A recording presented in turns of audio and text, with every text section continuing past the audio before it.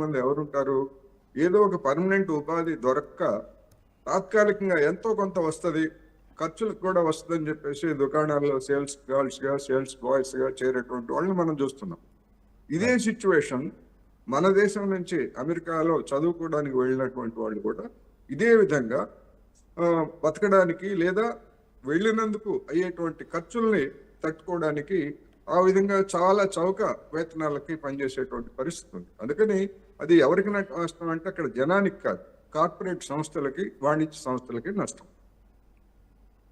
అయితే అమెరికా ఇదంతా మోదీతోనే ఏదైతే రిలేషన్ చెడిపోయిందో ట్రంప్, దానివల్లే ఇలాంటివన్నీ చేసుకుంటూ వస్తున్నాడా ట్రంప్ కానీ?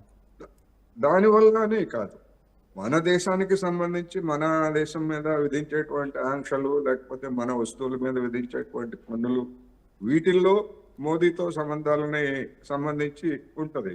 కానీ మొత్తం యావత్ ప్రపంచం మీదనే దాడి మొదలు పెట్టాడు కదా. అన్ని దేశాల మీద కనీస సుంకం 10% విధిస్తానని చెప్పాడు. అదేవిధంగా చైనా మీద 250% దాకా విధిస్తానని చెప్పాడు. సరే 30%కి ఇప్పుడు బేరసారాలు ఆడుతున్నాడు. అందుకని ఒక మననే కాదు, తన మిత్రులుగా ఉన్నటువంటి కెనడా మీద, ఐరోపా యూనియన్ దేశాల మీద, అన్నింటి మీద కూడా దాడి మొదలు పెట్టాడు ట్రంప్. అందుకని మొత్తంగా అమెరికా సమాజంలో రాబోయేటువంటి రోజుల్లో తలెత్తేటువంటి సామాజిక సంఘర్షణలు కావచ్చు, లేకపోతే సామాజిక అసంతృప్తిని తట్టుకునేందుకు ట్రంప్ ఇలాంటి చర్యలన్నీ చేస్తున్నాడు. అయితే ఇది బ్యాక్ ఫైర్ అవుతా ఉంది.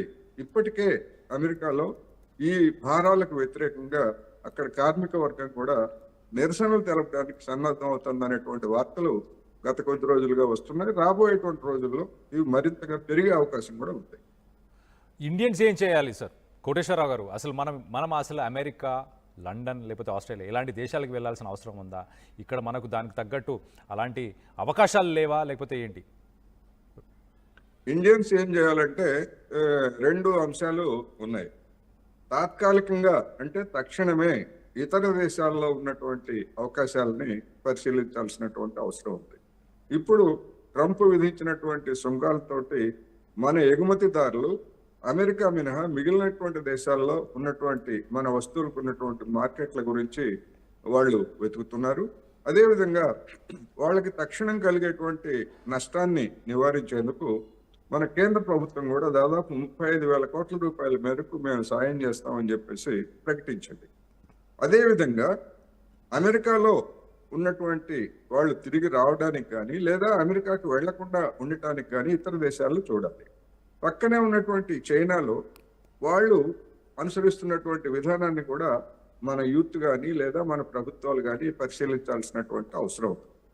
మొత్తం స్టెమ్ అంటే సైన్స్, టెక్నాలజీ, మ్యాథమెటిక్స్, ఇంజనీరింగ్, ఈ రంగాల్లో నిపుణులైనటువంటి వాళ్ళందరినీ కూడా మేము ఇతర పోటీ దేశాలంటే పశ్చిమ దేశాలు, అమెరికా లేదా ఐరోపా దేశాలతో సమంగా మేము కూడా వేతనాలు ఇస్తాము, మీరు మా దేశానికి రండి అని చెప్పేసి చైనా పెద్ద ఎత్తున ఆకర్షిస్తూ ఉంది. అటువంటి విధానాలని, అటువంటి అవకాశాలని ఇక్కడ మన ప్రభుత్వం కూడా కల్పించేట్లయితే ఇప్పటికే చైనాకు సంబంధించినటువంటి అమెరికాలో పనిచేస్తున్నటువంటి దశాబ్దాలుగా పనిచేస్తున్నటువంటి వాళ్ళతో పాటు ఇటీవలనే ఆ ప్రాంతానికి అక్కడికి వెళ్ళినటువంటి వాళ్ళు కూడా అనేక మంది చైనాకి రిటర్న్ వస్తున్నారు. ఎందుకు వస్తున్నారు అంటే చూస్తే వివిధ సంస్థలు చెప్పినటువంటి సమాచారం ఏంటంటే అమెరికాతో సమానంగా పోటీ పడి అభివృద్ధి చెందటానికి, అంటే వాళ్ళ సేవలను ఉపయోగించుకోవడం అంటే రెండో అర్థం ఆ చైనాకు కూడా అది ఉపయోగపడుతుంది, చైనా డెవలప్మెంట్ కూడా. అందుకని తాత్కాలికంగా పోటీ పడి వేతనాలు మరీ చెల్లిస్తున్నారు, ఇతర సౌకర్యాలు ఇస్తున్నారు కనుక అనేక మంది అమెరికా నుంచి చైనాకి తిరిగి వస్తున్నారు. ఇంతకుముందు తూర్పు దేశాల నుంచి పశ్చిమ దేశాలకి మేధో వలస ఉండేది. ఇప్పుడు పశ్చిమ దేశాల నుంచి తూర్పుకి మేధో వలస ప్రారంభమైందని చెప్పేసి కూడా కొంతమంది ఈ పరిణామాల మీద వర్ణిస్తున్నారు.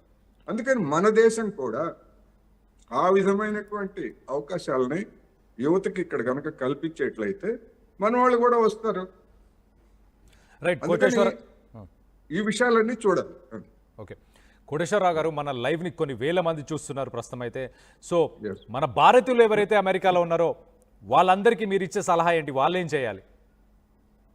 ఒకటి, ఇప్పుడు మనం కష్టపడతాం, మనం అదేవిధంగా కష్టపడిన దానికి ఫలితాన్ని కూడా మనం ఆశిస్తాము. అదేమి తప్పేం కాదు. మన వాళ్ళు అక్కడికి వెళ్ళినా లేకపోతే మరొక చోటకి వెళ్ళినా కానీ కష్టపడిన దానికి తగినటువంటి ప్రతిఫలం కోసం ఆశించటం అది సహజ న్యాయం, ధర్మం కూడా. అందువలన ఇప్పుడు అమెరికా ఈ విధమైనటువంటి ముఖ్యంగా మన దేశాన్ని అవమానించేటువంటి రీతిలో ప్రతిరోజు ఒక మంత్రో ఒక సలహాదారో అవమానించేటువంటి రీతిలో మాట్లాడుతున్నప్పుడు మనం కూడా ఆత్మగౌరవాన్ని ఒకసారి గతంలో మనం బ్రిటిష్ సామ్రాజ్యవాదులకి లేదా బ్రిటిష్ దోపిడీకి వ్యతిరేకంగా పోరాడినటువంటి మన పాత తరాలను ఒకసారి మనం గుర్తు తెచ్చుకోవాలి. అదేవిధంగా కొంత ఇబ్బంది, అందులో ఎలాంటి సందేహం లేదు. ఎందుకంటే అక్కడ అమెరికాలో ఒక లైఫ్ స్టైల్కి అలవాటు పడిన తర్వాత భారతదేశానికి తిరిగి వచ్చి అదే విధమైనటువంటి జీవితాన్ని గడపాలంటే కొంచెం కష్టమే. అయినప్పటికీ అంతకు మించి మరొక ప్రత్యామ్నాయం లేనటువంటి పరిస్థితుల్లో విదేశాల్లో ఉన్నటువంటి ముఖ్యంగా అమెరికాలో ఉన్నటువంటి భారతీయులు అనేక మంది ఇప్పటికే అక్కడ పరిస్థితులు దిగజారడంతో అనేక మంది భారతదేశానికి వచ్చి ఇక్కడ ప్రత్యామ్నాయ ఉపాధి చూసుకున్నటువంటి వాళ్ళు చాలా మంది ఉన్నారు, నాకు తెలిసినటువంటి వాళ్ళు. మా బంధువులు కూడా అట్లా ఉన్నారు. అందువలన ఇప్పుడు అందరూ ఒకసారి పునరాలోచనలో పడాల్సినటువంటి అవసరం ఉన్నది. అందుకని మెల్లగా రిట్రీట్ కావడం అవసరం. అందుకు తగినటువంటి ప్రోత్సాహాన్ని ఇక్కడ ఉన్నటువంటి ప్రభుత్వం మీద కూడా తీసుకురావాల్సినటువంటి అవసరం ఉందనేది నేను చెప్పదలుచుకున్నాను. ఇలాంటి చర్యలు ఇప్పుడు అమెరికా ఏదైతే చర్యలు తీసుకుంటుందో, ఈ రిస్ట్రిక్షన్స్, వీసా రిస్ట్రిక్షన్స్, వీటన్నిటిని ఆపమని మోదీ ట్రంప్కి చెప్పే అవకాశం ఏమైనా ఉంటుందా రానున్న రోజుల్లో? అంటే ఇక్కడ రెండు అంశాలు. చెప్పిన మాట వింటాడా మోదీ గారు? ట్రంప్కి చెప్పొచ్చు, లేకపోతే మరొక దేశానికి చెప్పొచ్చు. కానీ వినే పరిస్థితి ఉన్నదా అనేటువంటిది మనం చూడాలి.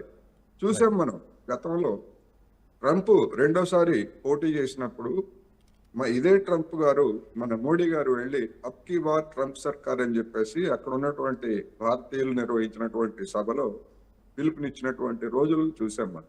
అదేవిధంగా ఇక్కడ మన అహ్మదాబాద్ లో ట్రంప్ ని తీసుకొచ్చి ఏ విధంగా గౌరవించారో చూసాం. కానీ ఇవాటికి వచ్చేసరికి పరిస్థితులు పూర్తిగా మారిపోయినాయి. ఎందుకని మారిపోయినవి అనేటువంటిది కూడా మనం చూడాలి. ఎందుకు అంటే అమెరికా మన దేశం మీద తెస్తున్నటువంటి ఒత్తిడి ఏమిటంటే మన వ్యవసాయ రంగాన్ని, మన పౌల్ట్రీని, మన డైరీ రంగాల్ని, ఈ మూడు రంగాలను కూడా తమ వస్తువులకి తమ మార్కెటింగ్ కి తెరవాలి అనేటువంటిది ప్రధానమైనటువంటి డిమాండ్. ఆ డిమాండ్ని కనుక మన నరేంద్ర మోడీ గారు లేదా మన కేంద్ర ప్రభుత్వం ఆమోదించేట్లయితే ఇక్కడ ఉన్నటువంటి కోట్లాది మంది రైతులు, వ్యవసాయ కార్మికులు లేదా ఆయా రంగాల్లో పనిచేసేటువంటి వాళ్ళ జీవితాల మీద తీవ్రమైనటువంటి ప్రతికూల ప్రభావం పడేటువంటి అవకాశం ఉంది. అందుకనే ఇది నిజానికి ఒక్క మోడీ గారి మీద చేస్తున్నటువంటి ఒత్తిడే కాదు. గతంలో